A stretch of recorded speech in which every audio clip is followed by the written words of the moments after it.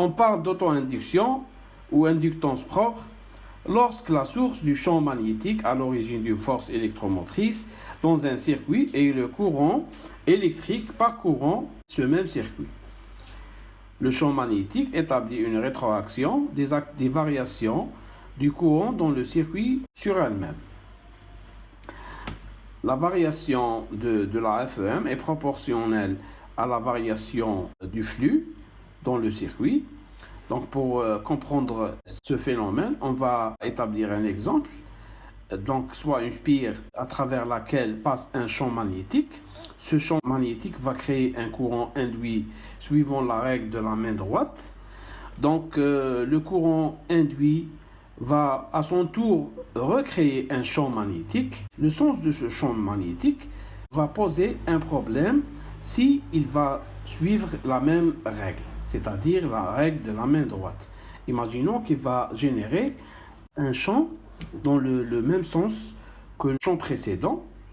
Donc ce champ va à son tour aussi recréer un courant induit et de la même façon, ce courant induit va recréer un autre champ.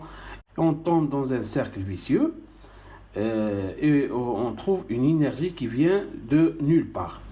Pour cela vient la modération de Lenz, c'est-à-dire le signe négatif.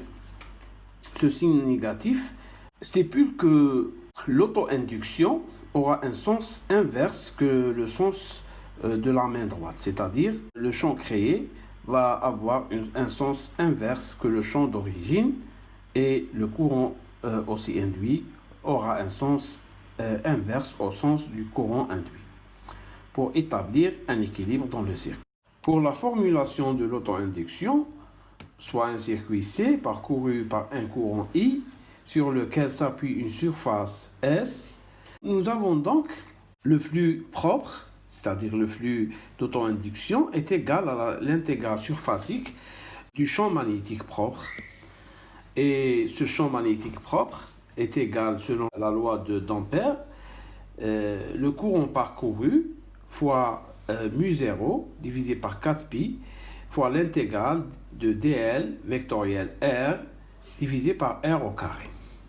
On constate ici que ce champ magnétique est proportionnel à I, c'est-à-dire on peut mettre toute cette formule comme étant une constante. Donc le flux propre est égal à I fois L, où L est l'inductance propre du circuit, ou des fois appelé coefficient d'auto-inductance.